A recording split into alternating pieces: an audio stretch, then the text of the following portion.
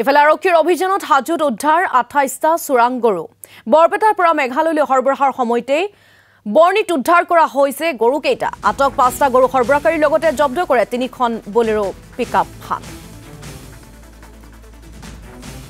আমি জনাব বিচাৰিছো এই মুহূৰ্তত বৰপেটাৰ পৰা মেঘালয়লৈ সৰবৰাহৰ সময়তেই বৰ্ণিত গৰুকেইটা উদ্ধাৰ কৰিছে। আৰক্ষীয়ে যেটা অভিযান চলাইছিল আৰু সেই অভিযানতে হাজোত উদ্ধাৰ কৰিছে ২৮টাকৈ চোৰাং গৰু আৰু আটক ৫টা গৰু সৰবৰাহকাৰী লগতে ৩খনকৈ বলেৰো পিকআপ ভান জব্দ কৰিছে। গৰু সৰবৰাহকাৰীকেইটাক জেৰা অব্যাহত ৰাখিছে আৰক্ষীয়ে।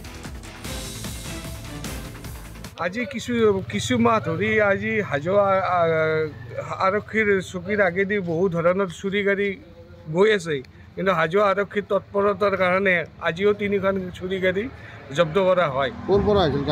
ক'ৰ পৰা আহিছে এতিয়া তেওঁলোকে কোনো ধৰণৰ ড্ৰাইভাৰ আৰু মালিকে কোনো ধৰণৰ সঠিক ক'ব পৰা নাই।